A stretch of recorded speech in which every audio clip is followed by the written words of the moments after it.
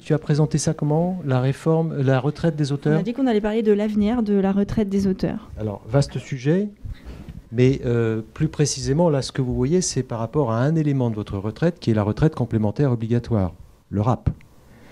Vous savez qu'en France, il y a deux niveaux, deux couches de retraite. Le régime de base. Pour vous, le régime de base, c'est l'AGSA. J'ai entendu, quand j'étais à côté, quelqu'un qui intervenait en disant qu'il était au régime des auto-entrepreneurs en tant qu'auteur. Alors, je me suis voilé la face parce que... Non, mais vous êtes vraiment auteur et vous êtes vraiment en auto-entreprise? Oui, mais je suis en train de me convertir en auteur. C'est-à-dire que j'ai commencé mon activité à l'étranger et là, Parce qu'en principe, le statut, le fait d'être auteur, d'avoir des activités d'auteur, c'est incompatible avec le régime de l'auto-entrepreneur. Du coup, j'étais pas rémunéré en droit d'auteur. Ah. Donc vous n'étiez pas auteur. C'est incompatible. La compétence exclusive de sécurité sociale, c'est l'AGSA, pour les auteurs. Mais ce n'est pas une activité d'auteur. Le régime de sécurité sociale de base des artistes-auteurs, c'est forcément l'AGSA ou la MDA si vous êtes dans le domaine des arts graphiques. Donc le régime de base, la première couche de retraite que vous aurez, c'est si vous êtes affilié à l'AGSA, parce que si vous êtes assujetti, vous n'êtes pas dans un régime complet d'auteur et donc vous ne bénéficiez pas de la retraite auteur au titre du régime de base sécurité sociale. Donc première couche de retraite, régime de base. Si vous êtes affilié à l'AGSA, vous cotisez. La cotisation doit être actuellement de 6,75%. Elle vous est appelée directement, alors que si vous êtes en traitement et salaire, vos cotisations maladie, CSG, CRDS sont précomptées sur les sommes qui vous sont versées, soit par les entreprises, soit par les sociétés de gestion qui vous répartissent des droits. La retraite, elle vous est appelée directement. Alors, trimestriellement, après, vous pouvez faire des choix de prélèvement mensuel, enfin, il y a différentes hypothèses qui existent, mais c'est l'année suivante que, ayant déclaré vos revenus de l'année fiscale précédente, vos cotisations seront calculées pour que vous payiez vos retraites régime de base. Donc, c'est le premier degré. Deuxième degré, si vous êtes affilié à l'AGSA, en principe uniquement si vous êtes affilié au régime de base des artistes-auteurs, vous devez cotiser à la retraite complémentaire obligatoire qui s'appelle le régime global de l'IRSEC, lequel gère 3 régimes. Je vais lentement pour que ceux qui prennent des notes entendent. Mais c'est peut-être un peu bête quand même. Donc je vais aller normalement et puis si vous avez besoin, vous me poserez des questions. Donc il y a 3 régimes, le RACD, le RACL et le RAP. Le RACD, c'est tout ce qui dépend de la SACD. Peut-être certains d'entre vous sont membres de la SACD. Je ne sais pas. Oui? Non? Une personne. Le RACL, c'est tout ce qui dépend du régime du secteur de la SACEM. Donc là, sans doute, un certain nombre d'entre vous sont à la SACEM et cotisent à ce titre-là, à ce régime de retraite complémentaire obligatoire spécial pour les artistes-auteurs qui sont RACL, qui sont à la SACEM, qui perçoivent des droits au-dessus d'un certain seuil, qui a été abaissé récemment, qui est de l'ordre de 2500 € par an. Voilà. Et le troisième régime est le RAP. RAP, R-A-A-P, régime des artistes auteurs professionnels. RACD, régime des auteurs compositeurs dramatiques. RACL, régime des auteurs compositeurs lyriques. D'accord ? Historiquement, les premiers régimes à être nés, ce sont RACD et RACL, c'est-à-dire les régimes de retraite complémentaire gérés par les sociétés de gestion de droits. Puis sont apparus, parce qu'il y avait un besoin quand même de retraite complémentaire pour tous les artistes-auteurs, une troisième branche, qui est donc le RAP. Maintenant, le RAP, avant, ça s'appelait autrement, c'était la CREA. Enfin bon, voilà, pour ceux d'entre vous qui ont connu, ça a changé, mais maintenant, ça s'appelle le RAP. Donc actuellement, le RAP fonctionne de la façon suivante. C'est un système où vous devez cotiser quand vous êtes affilié à l'AGSA, quand vous êtes au-dessus du seuil d'affiliation de l'AGSA qui est à peu près de 8 400 €. Et aujourd'hui, ce sont des classes dans lesquelles vous pouvez cotiser et qui vont vous permettre d'acquérir un certain nombre de points. La classe spéciale, qui est la plus basse, vous donne 6 points de retraite complémentaire. Vous savez que la retraite complémentaire, c'est un régime de retraite par points, par capitalisation, alors que la retraite sécurité sociale, c'est un régime par répartition. Ça ne fonctionne pas du tout de la même façon. D'accord ? Donc aujourd'hui, le RAP fonctionne avec des classes. Première classe, classe spéciale, ça vous donne 6 points. Ça vous coûte 438 € par an. OK ? Et puis après, vous faites le calcul, parce que je ne suis pas fort en mathématiques. Vous avez 12 points, ça vous fait 2 fois plus. Vous avez 24 points, ça vous fait 4 fois plus, etc., etc., jusqu'à la classe D, le maximum, qui est de 48 points et qui vous coûterait à peu près 3 500 €. D'accord ? C'est pas clair. Ouais, jusque-là, ça va ? D'accord. Donc ça, c'est le régime actuel. 5 mai 2014, un certain nombre d'entre vous ont dû, comme d'autres artistes-auteurs, recevoir une lettre signée du président du RAP expliquant que une décision avait été prise d'une réforme du régime de retraite complémentaire obligatoire, le RAP, en expliquant que c'était une bonne chose. Dans la lettre, la communication, c'est super, c'est une très bonne chose. Et donc, annonçant qu'au 1er janvier 2016, les règles allaient changer, ce ne seraient plus des classes et des cotisations forfaitaires au choix de l'auteur, en fonction de quelquefois de ses possibilités financières. C'est-à-dire qu'un auteur aujourd'hui, quand il prend la classe spéciale à 438 €, alors qu'il a des revenus plus importants éventuellement que la cotisation que ça ferait pour faire 438 €, c'est peut-être parce qu'il a d'autres factures à payer par ailleurs. C'est pas exclu. Bon. Donc, on explique aux auteurs qu'à partir du 1er janvier 2016, ça sera 8% sur les revenus. Ça veut dire que pour quelqu'un qui a à peu près 20 000 € de revenus, qui, là, choisissait la classe à 438 €, il va avoir 1 600 €. 8% de revenus, 1 600 €. Donc ça fait quand même une grosse augmentation.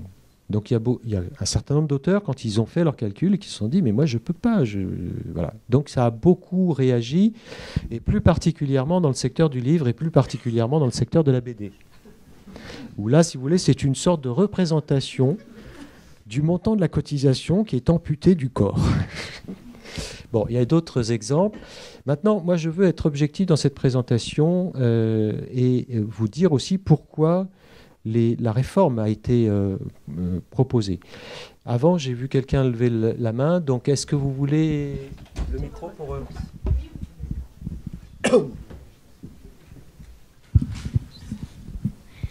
Oui, bonsoir. Juste pour une précision, donc le projet de réforme serait un taux de cotisation de 8%.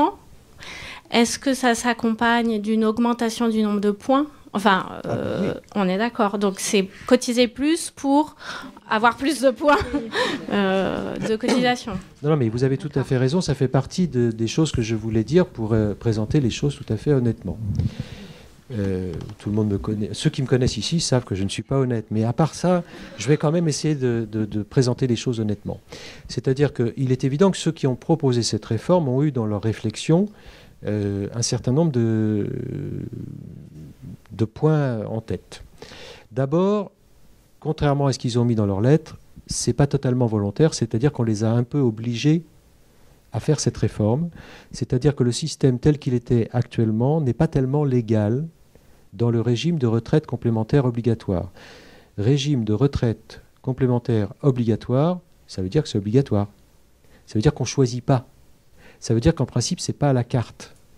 Or là, dans le système tel qu'il existe aujourd'hui, et depuis toujours, pour être honnête, c'est franchement à la carte. C'est-à-dire les auteurs, une année, ils cotisent à classe spéciale, une autre année, ils se disent, tiens, je vais cotiser à la classe D, puis une autre année, sans tenir compte réellement de la réalité et de l'importance de leurs revenus. Aujourd'hui, il y a 94% des gens qui sont affiliés au RAP qui cotisent en classe spéciale. OK ? Je ne sais pas ce que j'ai dit, mais je suis d'accord. Mais je pense que justement, parce que les revenus des auteurs fluctuent beaucoup plus que ceux d'un salarié, que c'est pour ça qu'on a ce choix-là. Qu'on peut, quand on a fait une bonne année, cotiser plus, et quand on a fait une mauvaise année, on peut aussi choisir de cotiser moins, parce qu'on a moins d'argent. Enfin, je pense que c'est un régime obligatoire, mais qui est donc adapté à ce revenu fluctuant des auteurs. Je le pensais aussi, mais on m'a expliqué que ce n'était pas légal, donc je suis obligé de me faire une raison. Alors, ce n'est pas légal en France parce que le système de retraite complémentaire obligatoire, ça doit être normalement un pourcentage sur les revenus et sur tous les revenus, et ce n'est pas un choix. Le même pourcentage pour tout le monde et sur tous les revenus d'une certaine nature.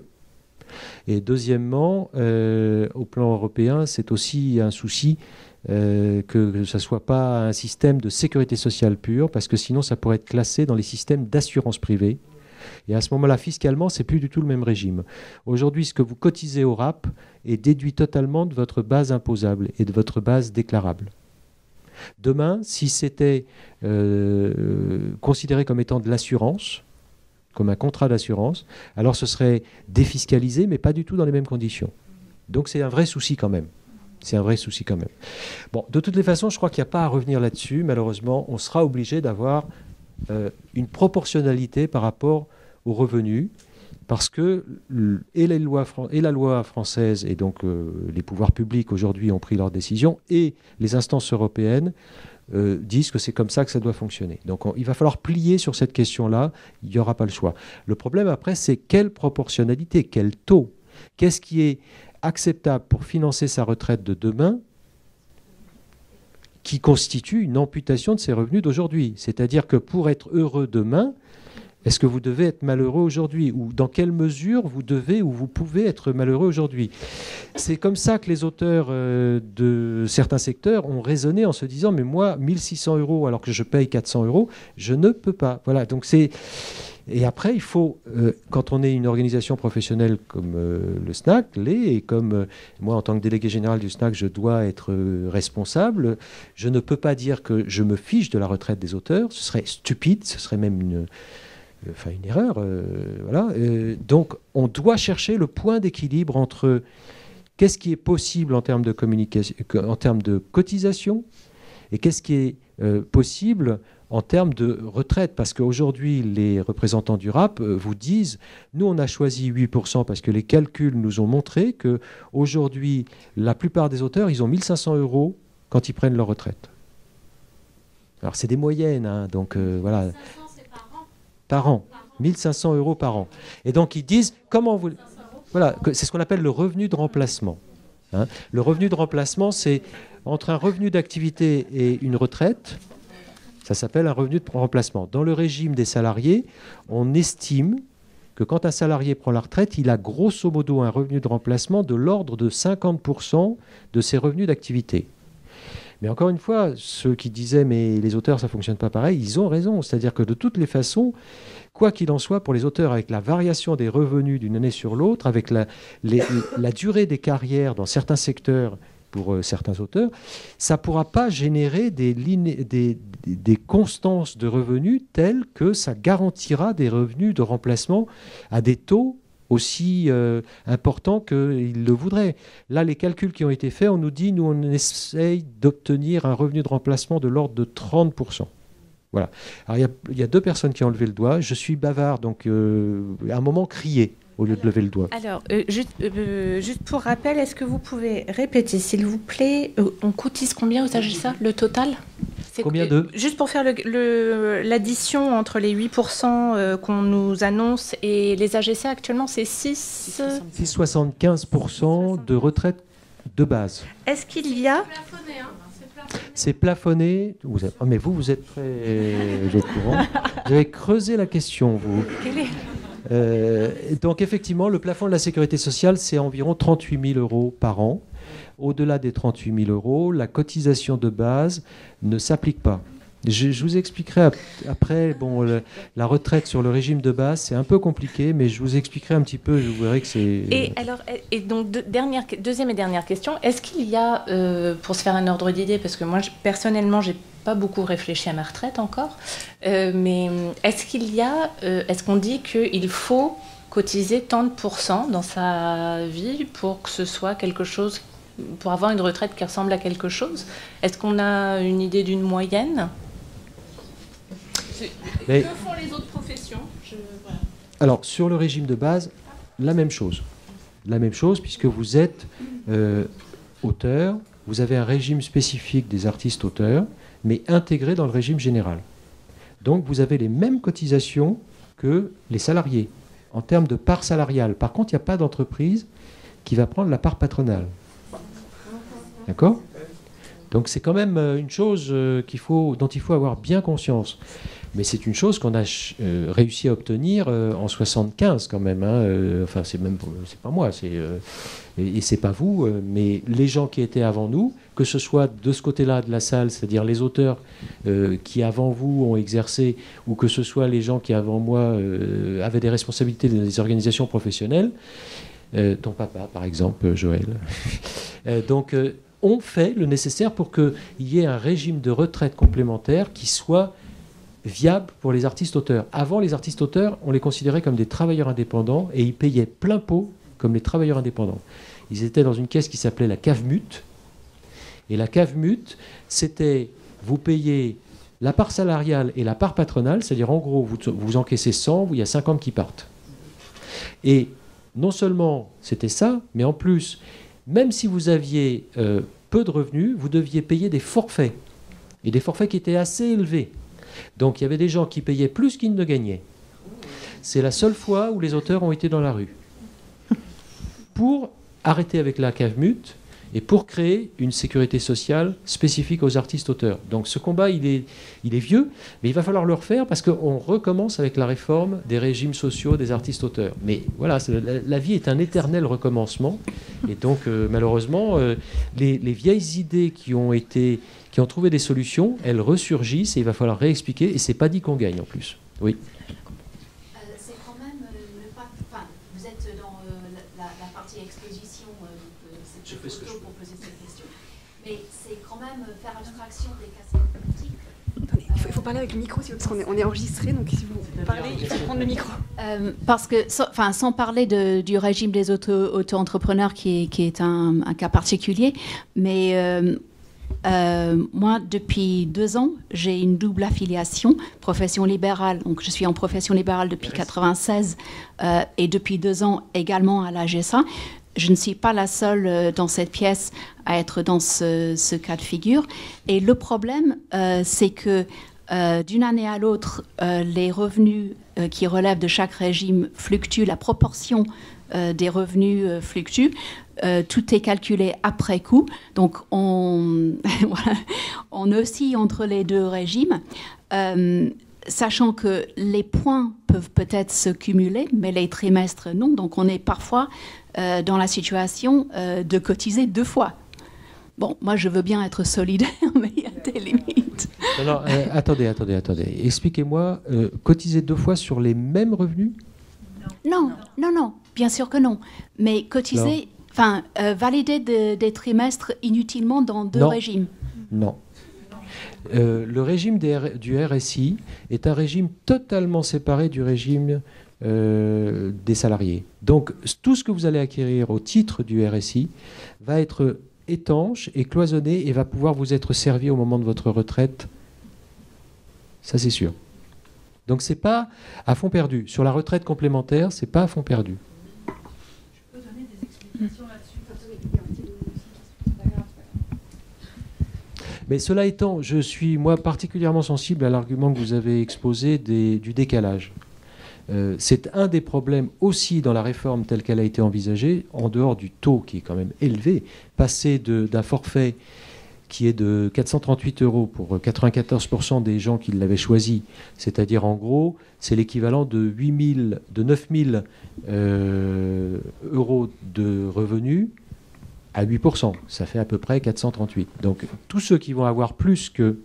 J'ai mal calculé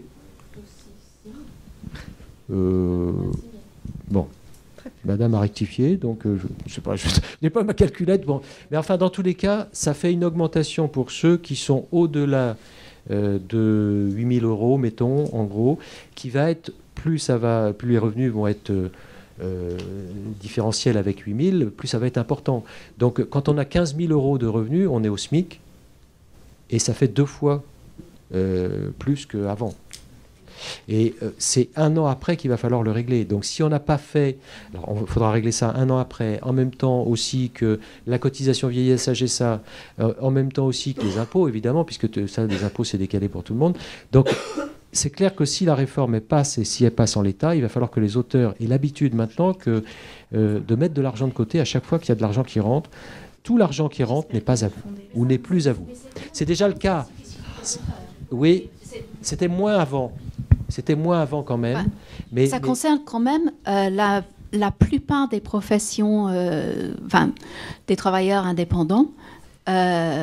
Et cette habitude de mettre de côté, il faut la prendre, c'est sûr. Mais d'accord. Et je suis d'accord avec vous. Mais qui est en BNC, qui est en TS?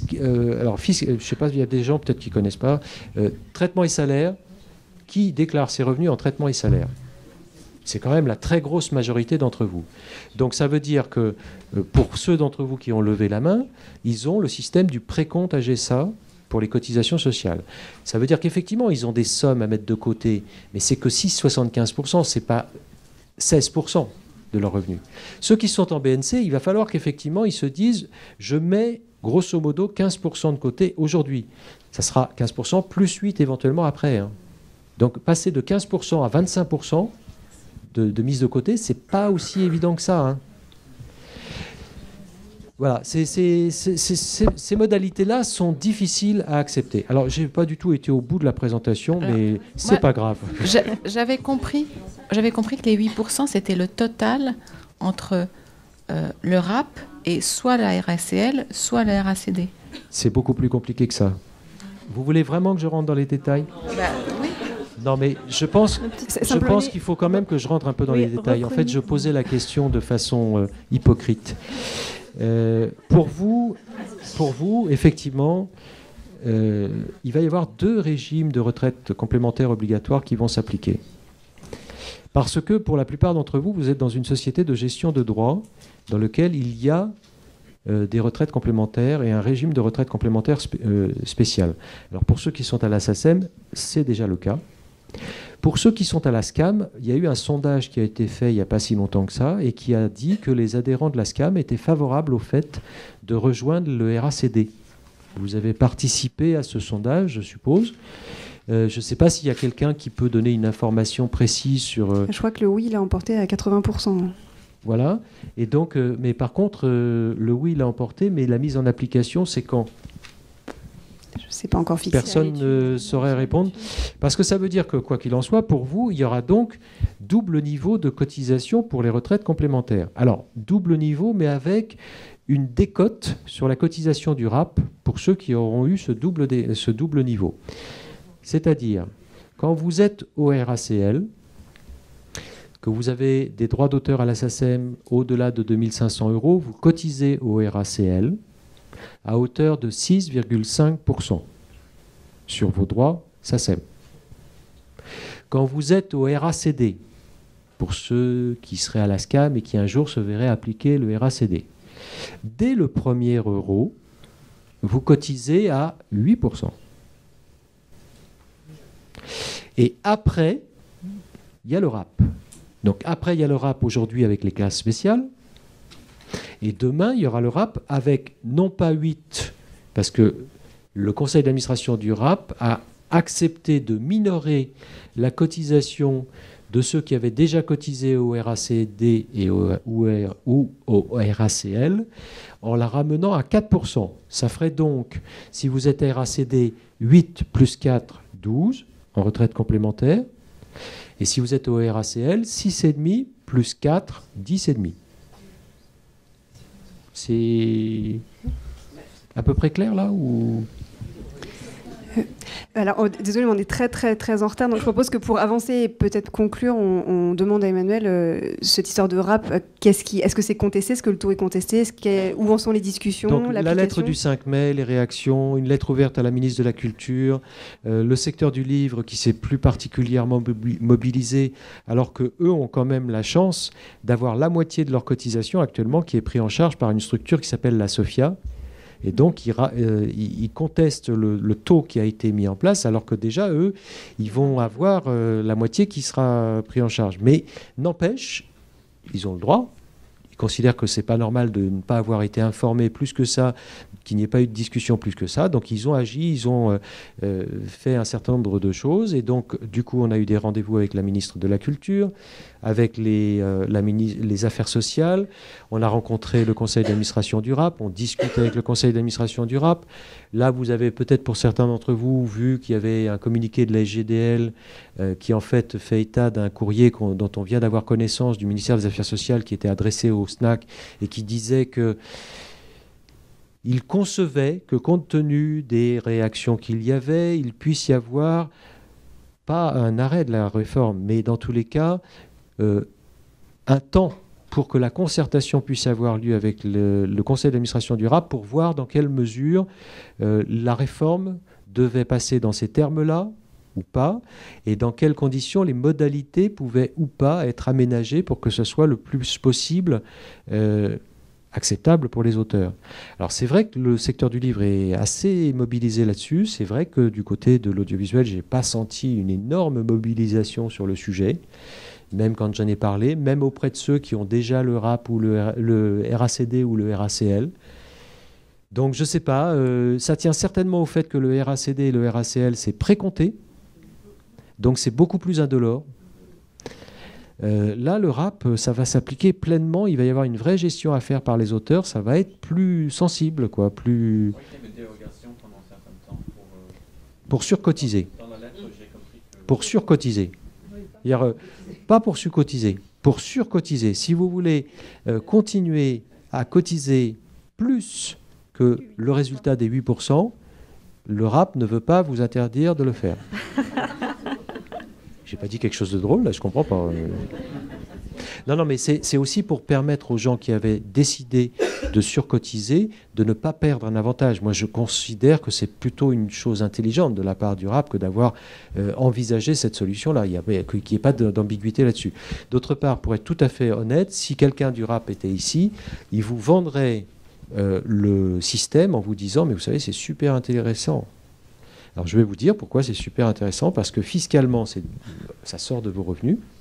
Donc effectivement, vous payez moins, vous avez une base imposable moins importante, vous payez moins d'impôts.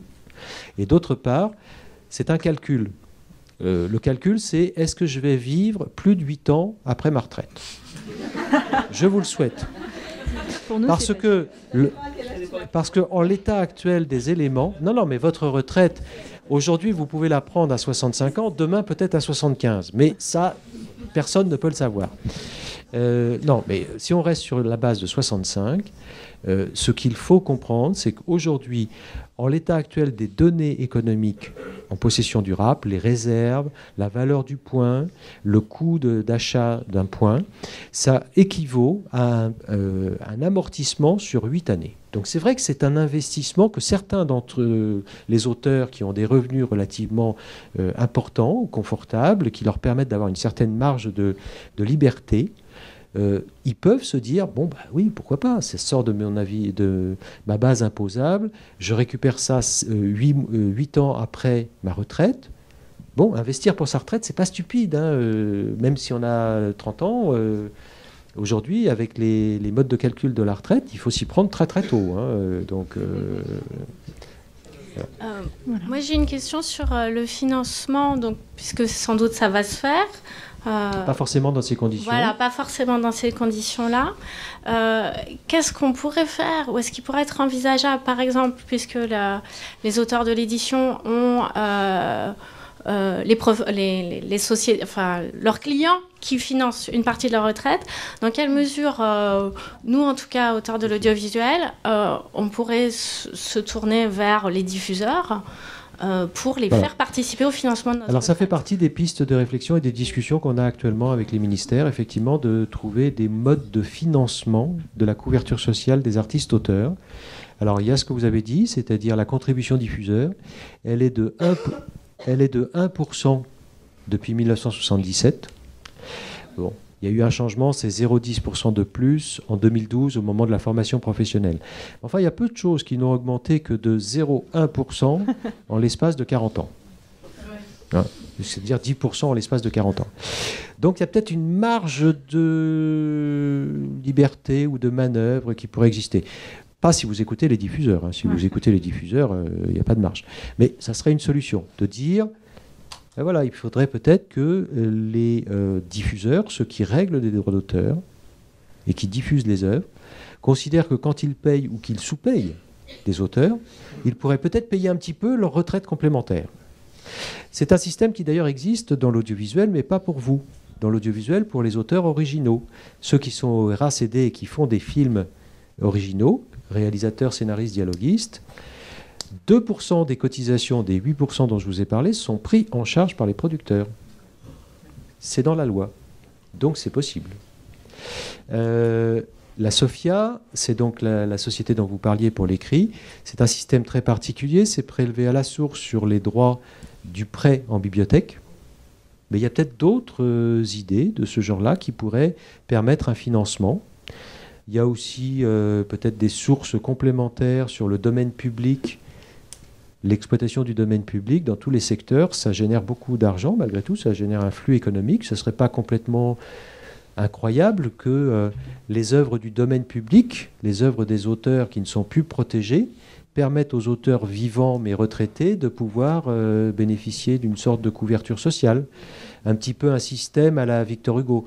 Bon, on rêve, hein, mais c'est un peu ça ce qu'il préconisait Victor Hugo dans le droit d'auteur. Il disait, c'était maximaliste, il disait à la mort de l'auteur, les droits d'auteur, ça s'arrête. Par contre, ça continue, mais pour financer la création et les auteurs vivants. Bon. Voilà. Je ne sais pas si c'est la conclusion. Oui, il vaudrait peut-être mieux, oui, parce qu'il va être un petit peu tard. Mais simplement, que les choses soient bien claires, si ces sujets vous paraissent importants pour vous, il faut aussi vous manifester. C'est-à-dire que considérer que ça va s'appliquer, ouais, mais ça s'applique si personne ne fait rien, effectivement. Pour le moment, il y a des gens qui font quelque chose. À vous de voir si vous estimez que vous devez faire quelque chose ou pas, ou que vous devez vous manifester ou pas. Voilà. Il y aura peut-être des moments où, si ça n'aboutit pas, les discussions avec le RAP, il y aura des actions collectives. Donc à vous de vous solidariser éventuellement si vous considérez que c'est un sujet qui vous concerne, que voilà, avoir un taux... Nous, ce qu'on demande, c'est 4% pour tout le monde, dans un premier temps. Puis après, une montée progressive. Et on verra. Voilà. 8% tout de suite. Pardon ? Si on a le droit de si légalement on a le droit de surcotiser, pourquoi légalement on n'aurait pas le droit de sous-cotiser, enfin entre guillemets, de sous-cotiser, c'est-à-dire d'être à un taux différent ou Parce que tout le monde le fera et on aura le même problème qu'actuellement. Oui, mais pourquoi ça serait moins légal que surcotiser ? Non, mais là, c'est parce que passer à 8%, il y en a, ils seraient lésés puisqu'ils ils pourraient cotiser plus. Donc, je comprends qu'on ne leur enlève pas ce droit de cotiser plus. Bah oui, mais sous-cotiser alors qu'on demande à ce que 8% ça devienne obligatoire, je comprends que ce ne soit pas légal. Vous avez pris parti.